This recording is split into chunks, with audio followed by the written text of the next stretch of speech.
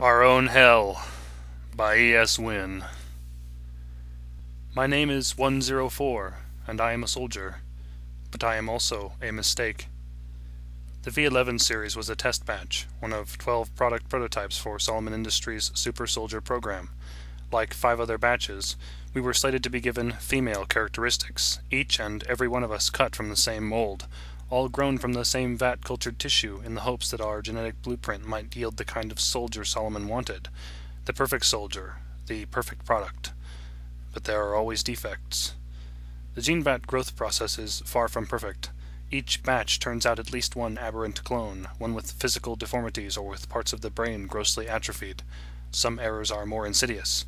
Part of the clone's mind corrupted or maladjusted in such a way as to produce a psychopath, a poet, a invalid, or just as likely a genius. These aberrations in an otherwise perfect system are uniformly labeled as defects, and are purged before they come to term as a matter of practice.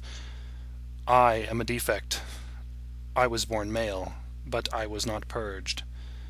The guardians and the tenders of the gene vats, all so angelic, so divine in sweeping white lab coats and sheets of whispering plastics, were ready to purge my defective tissue from the vats the moment they discovered the aberration in Tank 104. I was a defect, after all, an error in their grand calculation, or perhaps more accurately, nothing more than the expected embodiment of their very margin of acceptable error, something to be cleaned out of the filters by the interns at day's end. But the V11 series was special. He was our PGC, our primary genetic contributor, our father.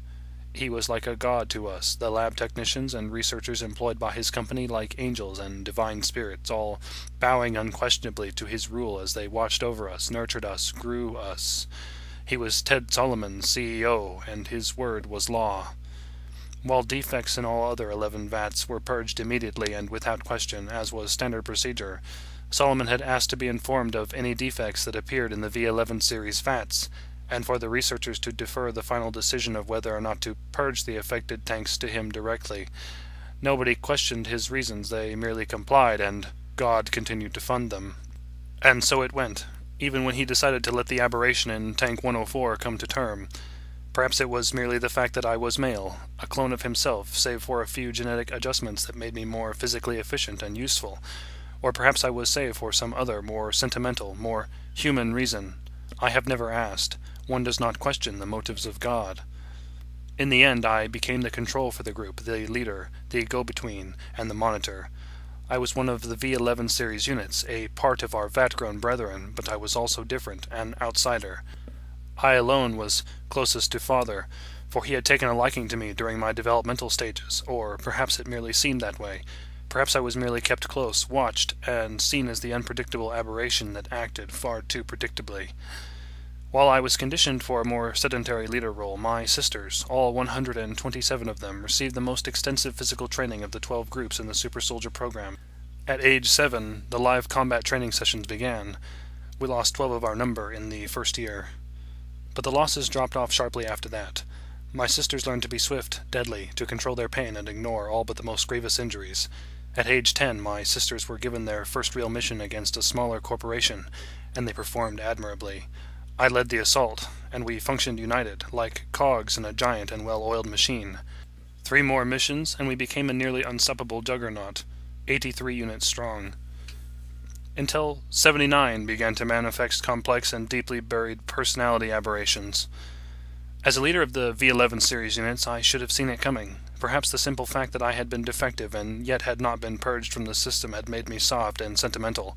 But then, it had started rather simply, rather innocently. It began with music.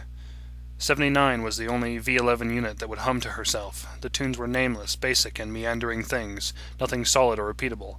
Most often it happened when she was concentrating, when her mind had transcended her body temporarily in an almost meditative state of trance, sort of like a musical resonance left in the wake of higher thought function.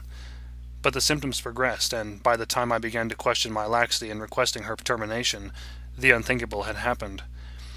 B-Lab had been experimenting with extra-dimensional technology at the time, end-space compression, compression of physical matter into theoretical space, space-fold regression. It was also very basic and elementary in those days. Nanomachines pushed through dimensional barriers in the week-long attempts to retrieve them, but the acquisition of Minerva Industries changed all that. Minerva had been working on a gateway. The original prototype was unstable, opening rifts to worlds and locales unlike anything humanity had ever seen before. Solomon's researchers improved the system, made it more reliable, and 79, who had been assisting them with menial tasks and the occasional calculation, became obsessed with it.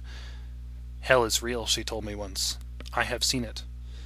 Her expression had been disturbingly serious, eyes lit with an eager, almost excited glow, the visage of a twisted altar boy whose eyes had crossed the pages of Revelations one too many times, and who had seen the face of the Antichrist in every politician and president to cross the family holoscreen during the 8 o'clock news.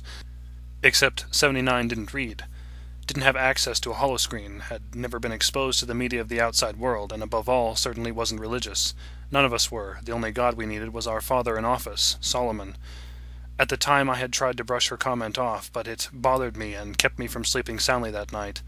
I remember tracing the numbers tattooed into my palm for hours, knowing that in the morning I would be forced to do my duty as leader of the V11 series units and report her aberrant behavior to the researchers in charge of the VATS, and therefore ultimately to our father. And then 79 would die. Another one of our brethren would perish senselessly. I hated knowing that it would be my decision that would ultimately kill her as well, but hate is a human emotion, so I pushed it aside. 79 would be terminated and cast down into the pits, reconstituted into something useful by busy nanomachines. It was the way of things. I would say my last goodbyes to her in the morning, and that would be that. Vat-grown soldiers have no regrets. Except there was another problem in the grand calculation. 79 wasn't in the V11 series barracks when I awoke. And somehow I knew exactly where she would be. B-Lab was sealed for the weekend, locked up tight and powered down, with a sheet draped over the gateway. It looked as though the sanctity of the room had been preserved by the researchers, as if the seals of the place had been left untouched, but I was the leader of the V11 series units, and I knew how to spot 79's work. She'd gone through the gateway. There was no question about it. She'd gone somewhere, and my gut seemed to know exactly where that was. She'd gone to the place she'd called Hell. It took me 5 minutes and 37 seconds to power up the gateway and reorient the controls to follow the specific coordinate equation that would open an extra-dimensional rift to the last known destination, the last place it had been set to. If I had been human, I would have been praying that I'd find 79 on the other side.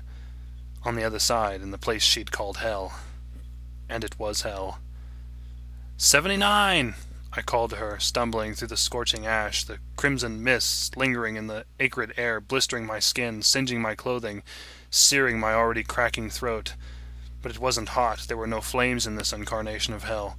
Everything was cruel and scarlet. Frozen acids that ate at the skin, screamed in the sinuses, tortured the lungs, and scourged the tender flesh of the eyes into dark and swollen orbs like bloodshot squid.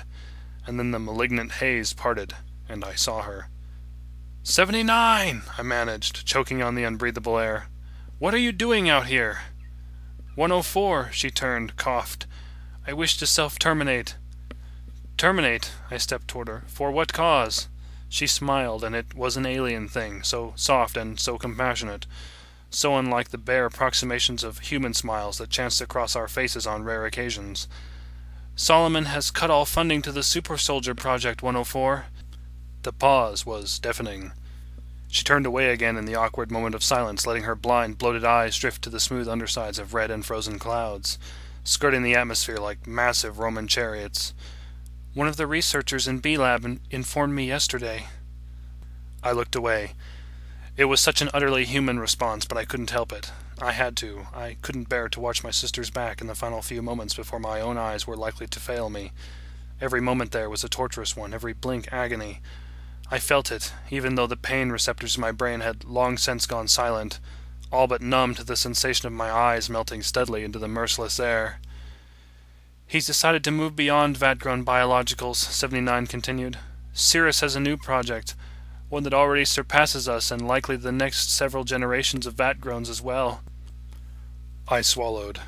We all knew who Cirrus was, Dr. Cirrus Oslo Wingates, chief researcher and genius behind every new biotechnological innovation to come out of Solomon Industries since its formation 3.5 years ago. If Solomon were to be likened to God, then Cirrus was his Holy Ghost, or perhaps something somehow greater, something lurking behind the scenes that gave Solomon his greatest powers. It was a relationship uncannily like that shared by the beast of Revelations and the dragon that was destined to make him powerful. For a moment, the transition of our father from God to Antichrist didn't seem far-fetched, but it was another human indulgence, I reminded myself. 79 was speaking again. "You know what they will do to us." "I know."